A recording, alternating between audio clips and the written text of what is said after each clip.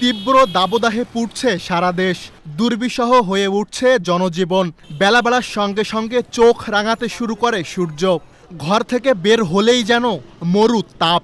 তীব্র গরমের সঙ্গে আর্দ্রতা জ্বালা ধরাচ্ছে শরীরে, দরদর করে ঝরছে ঘাম, ব্যাহত হচ্ছে মানুষের স্বাভাবিক কর্মকাণ্ড।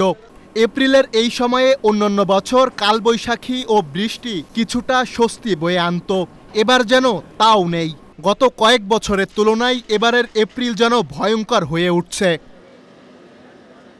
এপ্রিলে দেশের গড় তাপমাত্রা থাকে সাধারণত ৩৩ ডিগ্রি সেলসিয়াস, কিন্তু এবার তা ৩৫ থেকে ৩৭ ডিগ্রি সেলসিয়াস।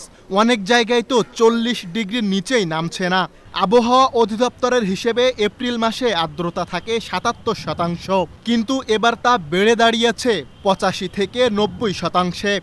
আরবান ক্লাইমেটের এক গবেষণায় উঠে এসেছে, প্রতি ১০ বছরে বাংলাদেশে ০.১৩ ডিগ্রি সেলসিয়াস করে বাড়ছে তাপমাত্রা, আর আর্দ্রতা বাড়ছে ০.৩% হারে। আরবান ক্লাইমেটের ওই গবেষণায় দেখা গেছে, গত ৬ দশকে ঢাকায় গরমের মাত্রা বেড়েছে ৩ গুণ। দেশের অন্যান্য এলাকার চিত্র প্রায় একই রকম। এই যখন অবস্থা, তখন প্রশ্ন ওঠে, দিন দিন কেন বাড়ছে তাপমাত্রা? বিশেষজ্ঞরা বলছেন, শিল্প বিপ্লবের পর থেকেই তাপমাত্রা বৃদ্ধির হার বেড়েছে। উন্নত দেশগুলো তাপমাত্রা বৃদ্ধিতে প্রধান ভূমিকা রাখছে। তাপমাত্রার ঊর্ধ্বগতিতে বৈশ্বিক উষ্ণায়নের ছোঁয়া লেগেছে বাংলাদেশেও। জলবায়ু পরিবর্তন, শিল্প কারখানা বৃদ্ধি, বনাঞ্চল উজাড় ও নদী দখলের পাশাপাশি অপরিকল্পিত নগরায়ন দেশে বাড়াচ্ছে তাপমাত্রার হার। কোনো দেশের তাপমাত্রা ৪০ ডিগ্রির বেশি উঠলে তা দুর্যোগপূর্ণ হিসেবে ঘোষণা করা হয়, আর তাপমাত্রা ৩২ ডিগ্রি, আর্দ্রতা ৪০-এর বেশি এবং বাতাসের প্রবাহ কম হলে তাকে বিপজ্জনক আবহাওয়া হিসেবে ধরা হয়। অথচ ৪ দিন ধরে দেশের ৭০% এলাকার তাপমাত্রা ৩৫ ডিগ্রির উপরে।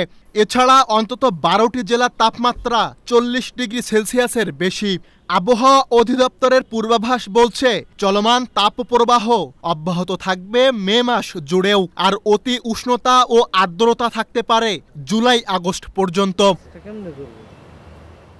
২০১৫ সালে প্যারিস জলবায়ু চুক্তিতে বৈশ্বিক তাপমাত্রা ১.৫ ডিগ্রি সেলসিয়াসের মধ্যে রাখার কথা বললেও উন্নত দেশগুলোতে তা মানার প্রবণতা নেই। এদিকে তীব্র গরমের সঙ্গে খাপ খাওয়াতে পারছে না দেশের মানুষ, ফলে নানান রোগবালাইয়ের সঙ্গে বাড়ছে মৃত্যু ঝুঁকি, কমছে ফসলের উৎপাদন, তৈরি হচ্ছে খরা পরিস্থিতি। এছাড়াও মানুষের মেজাজ খিটখিটে হওয়ার পাশাপাশি সামাজিক অশান্তি সৃষ্টিতেও ভূমিকা রাখছে গরমের তীব্রতা।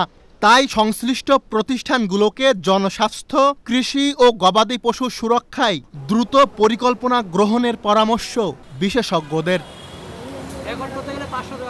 সুলাইমান কবির, চ্যানেল এস, ঢাকা।